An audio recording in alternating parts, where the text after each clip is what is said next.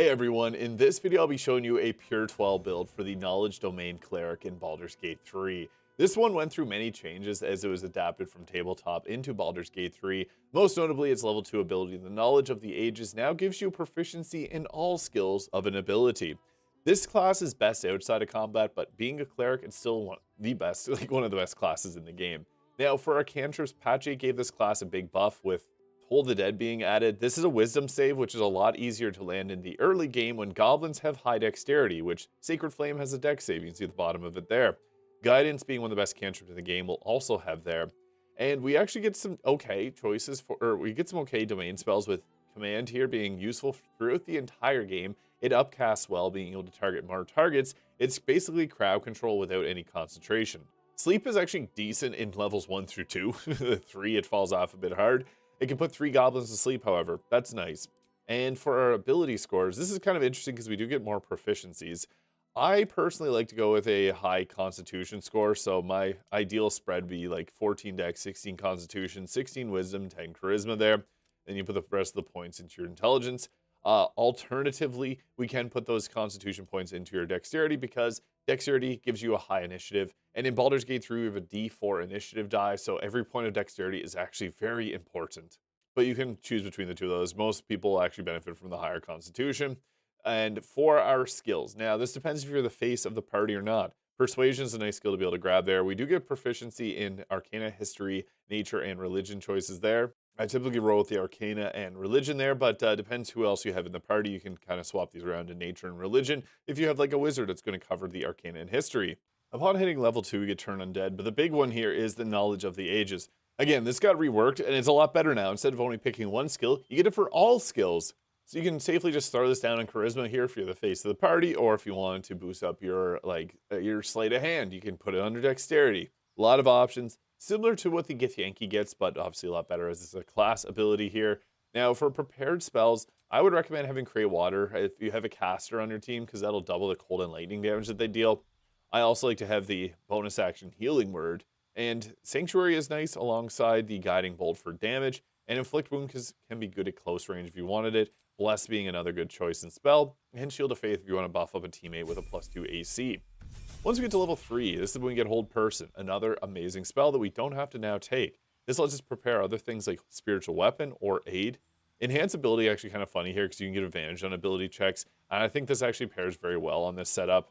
We may as well keep Bless too. Like, these are separate concentrations, but it's nice to be able to have these just off the rip if you need to boost up your teammates, because that's kind of the role of a cleric, is the support. So having amazing cantrips like having amazing spells like Enhance Ability and Bless just really round out this build. I also like to have, again, Aid just for the healing for the team, giving them extra max health. We'll also grab Resistance there as a cantrip. You can grab Produce Flame, which is actually really good in Act 2 because it provides a light source and it lasts until long rest. So you can just start off your rest by popping this. You get a cool glowing blue hand and you get light. It's nice. At level 4, our first feat. I am a big fan of always going with Alert. Since, again, it's a D4 initiative die, getting a +5 means we always go first in combat. And I can't explain how good that is. Ability score improvement on your Wisdom if you like to increase your overall spellcasting does work too. And Warcaster to hold concentrations on your spells, because next level we get a really good concentration with Spirit Guardians. I like the Alert feat, however, it's personal preference between that Wisdom or the Warcaster. Now, level 5 gives us Speak with Dead, which is nice because we can always use this at it's great for outside of combat, obviously. Highly recommend using it often. We also get Slow, which is actually a decent spell too. This can really hamper 6 enemies on the enemy team, which is super, super good. We'll also, at next level, grab Spirit Guardians because it's Spirit Guardians. You can damage a lot of enemies on your enemy team with it. It can only affect the enemies once per turn. So if you have 2 Spirit Guardians users, only use 1 at a time. You can also use necrotic damage if there's any radiant damage. And obviously, the Cleric is great for debuffing, so Radiating Orb gear. You can set this up in the very start of the game, and it's powerful all the way to the end. I do want to mention Glyph of Warding too, especially if you're a half elf or a full elf. You can drop the sleep one at your feet if there's enemies surrounding you, and it'll put them to sleep, but not yourself. And it's also acting like a short-range fireball, so it's good. The Light Cleric does get a lot better spell selection with Scorching Ray and Fireball, but we got, I guess, the great value brand version of it. We also, at this level, get Read Thoughts. So this is like a Channel Divinity version of Detect Thoughts, which, Don't like using the Channel Divinity on that. It lasts until long rest and does take a concentration. Same thing with Speak with Animals. Although this one does not require the concentration that Read Thoughts does. So that's obviously something to keep in mind. We also can take Glyph of Warding or Mass Healing Word. Some people enjoy Animate Dead if you like to have that extra bit of sponges to absorb damage for your team. Well then, at level 7, get the Confusion here, which is nice because it actually, it's funny how it works. It has a huge area of effect, and basically it's going to roll a die. If it's odd or even, it'll make either of them attack someone at random or just skip their turn. They may still attack you, it's random. We also got Odaluk's Resilience Sphere here, which can protect Isabel in some of the more annoying parts of the game. So yeah, use that in Act 2. You'll thank me later. We can also take Guardian of Faith. It kind of fits on any type of cleric build. It's a spell slot that'll protect your team, so it's nice. Level 8 gives us potent spellcasting, adding our wisdom modifier to our cleric cantrips. Again, this is good. We also get a feat here, so it's nice to then go with the increase to our wisdom. I also like to take either Death Ward or Freedom of Movement. Sometimes Freedom of Movement can be nice if you have a teammate that's stunned. This will snap them out of it. If it's your fighter is stunned, stop it. You can stop it with that spell.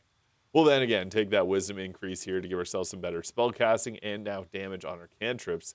I also like to go with either the lucky feat here, because this is 3 luck points that let you reroll attack rolls, abilities, checks, and saving throws, which does actually enhance this build a little bit. So I like that.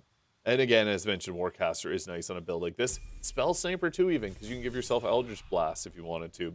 Level 9 gives us Dominate Person, which is not an amazing spell, but it's not bad. Personally, I find this spell just fun to use, and also we get Telekinesis. For our prepared spells, Planar Binding fits kind of like it's like Dominate Person for otherworldly beings, and I would actually recommend to grab the Plague, Insect Plague here for crowd control and damage from Flame Strike. Honestly, Insect Plague's nice because it's going to be able to create difficult terrain in an area, and if you have someone with a Ballast Armor, it'll double the damage that they take from it, so that can be really good too. Level 10 gives us Divine Intervention. You can call upon your god in the time of need, which will boost you up, giving you a weapon, items, and more. Now for the final one, I like, again, Produce Flame for a free light source, because we are going to have gear that procs when we have light nearby, and we can be that light that we need. And I guess the spell we'll take here is Planar Binding. We do get a much better spell here at level 11, where the Cleric gets an insane power spike with Planar Ally. I would also recommend Hero's Feast, because there's staffs that can give you a free spell once you get to Act 3. I have one on right now, Staff of Spell Power. You get yourself the free staff, and then you swap it out. It's crazy. It's basically a battery for these things.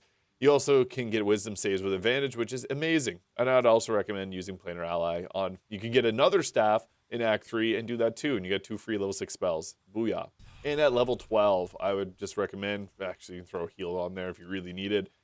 Now, an ability score improvement to max wisdom works well, but I personally like the luck points because since we have so many out of combat abilities, it's nice to have something that we can actually pair alongside it. Luck is funny because it basically just lets you get advantage of your next ability check, or you can use that on an attack roll or saving throw. It suits very well here. Like, you can be smart, but sometimes you just need that little bit of luck. Although you could just go with the wisdom increase there, or Warcaster if you don't want to use the Constitution Amulet. Now, you may have noticed this awesome outfit. This is actually from this Silver Wings mod by One Eye Askew on Nexus. And for gear, the Cleric is nice because all of the gear you need is in Act 1, and you can get some of it, like literally the first piece of gear you may get is for a Cleric. The Whispering Promise is an amazing ring because whenever you heal a creature, it gets blessed for 2 turns. I can't stress how good that is in the early game. So use that, use your bonus action heal, give your teammates buffs, do it, it's worth it. I also like for rings, once we get to the later part of the game, is the Coruscation Ring because, again, we can illuminate ourselves easily with Produce Flame. It lasts until long rest. You get this cool glowing hand. Do it. It's nice. And we'll also be using that for the Radiating Orbs, which we also get if from the Kylus Glow Ring. When the target's illuminated, we do an additional 2 points of damage. They don't mention this 2 points of damage is actually radiant damage, meaning we proc our luminous gloves, our luminous armor, and much more. It's crazy. Now, the luminous armor, if you don't want to use it, there's the Adamantine Scale Mail. You can also get in Act 1, and then the Armor Persistence, but honestly, the Luminous Armor is by far the best in slot, and you get it at the very start of the game. Same thing, Luminous Gloves are very useful too. Whenever we do Radiant damage, it'll apply Radiating Orbs. Luminous Armor does it in a 3-meter radius. The Radiant Shockwave means that we can apply it. If there's a lot of enemies grouped up, we'll apply it all to the multiple enemies multiple times, and it's insane with this. It's actually one of the craziest pieces of gear. I don't know why it's green. It should be literally like the gold. I also like to pair this with the Boots of Stormy Clamor, also in Act 1, because this will apply reverberation off of those radiant orbs, so more debuffs. And that also pairs with our Thunder Skin Cloak, which when a creature has reverberation and it deals damage to us, they have to do a Constitution saving throw or become dazed, which then lets us land our command and hold person spells and do them with advantage. So that is really nice. Also, we got the Holy Lance Helm, so when an attacker misses us, they would normally lose their radiating orbs. This makes them take 1d4 of radiant damage potentially, which will then reproc our gear. It's really silly and just feeds this even further. You can also throw on the Adamantine Shield here, which whenever attacker hits you and misses, they are sent reeling for 2 turns. This is just adding insult to injury. You don't need to use it. Viconia's Walking Fortress is probably the best in slot, giving you advantage on saving throws against spells. But with this, you can basically, whenever an attack misses you, they get debuffed even further. Now, as mentioned, we want to use that free Arcane Battery to give ourselves the Planar Ally. We can use that to give ourselves the Genie. The Genie is by far the best because it gets Thunderwave. The thing you want to do, it's got 161 health. It also has Shifting Winds Teleport, which lets you go to a spot you can see and then blast away with a Thunder Wave. Enter Knowledge of the Ages. Now, this is kind of fun because that gives us skills that we may not normally get access to. So things like Proficiency and Persuasion. I really like Dexterity, can be useful if you need to open up locks. And then Wisdom has some nice skills too, but I typically just run with the Charisma one, especially if you're the face of the party. Now, I guess I should also mention our bow here, the Hellrider Longbow, gives us +3 to our initiative. And once you use up the Staff of Spell Power, you can then swap off for another staff. You could go with the Staff Arcane Blessing from the early game, which is nice, gives you that Mistress Bless. There's also the Morning Frost in Act 1, which gives you actually really nice buffs. So whenever you deal cold damage, you can possibly apply Chilled, so another member of your team can do cold damage and get it doubled. This is nice because it gives a Ray of Frost, which will scale off your Wisdom, giving you an actual attack roll spell at the early game, which is nice. But then once we get to the late game, you can go with Mark Ashker. Now, this is because it's the best. If you got another spellcaster, you can actually just roll with a Morning Frost. It actually works very well in this build because we're going to do radiant damage with every single attack that we do. So getting a attack roll cantrip is nice. But I like to go with this here, Kreska's Favor, if you don't have it on anyone else. So look at that, Pizza. If you like pizza, I do have the Way of the Pizza Chef Monk subclass, which was actually spawned out of the idea of using Heroes Feast. So yeah, that's kind of funny. I saw that there, but Kreska's Favor does give us an actual offensive option with Chain Lightning, but mainly it just gives us lightning charges, which are nice because we can apply those onto pretty much everything we do. We don't have Scorching Ray to really take advantage of it, but it's extra damage. So on our first turn, I like to set up and have Spirit Guardians active because this is just really nice for the passive damage we can always be dealing. And the great thing is we can use our Genie to push enemies into it, so you can kind of coax them in. Now, this is great because we now have 6 stacks of Radiating Orbs on both these enemies and 2 stacks of Reverberation, and all we did was walk 1 meter. This is great. So, yeah, you basically want to use this. Now, you can proc opportunity attacks, especially if you've got their debuffs up high, because that's going to further stack up even more damage. We got 7 damage, or 8 damage there off on the enemy, which is nice. So that was just free damage, which can end up applying that Reverberation. And that also did apply more Radiating Orbs on the other enemies, so absolutely perfect. It's kind of an art of knowing when to use your resources, and health is a resource, so don't be afraid to make the enemy attack you. We are getting really lucky with this here. Call of the Week does boost up quite a bit. You just saw right there, so we applied the 4 stacks of Radiating Orbs on this target, but it also applied them in that 3-meter radius and applied it to this target too, so you do some pretty silly stuff. Sometimes you can get a Glyph of Warding in a very good spot where it's going to have an edge that just hits a few targets there.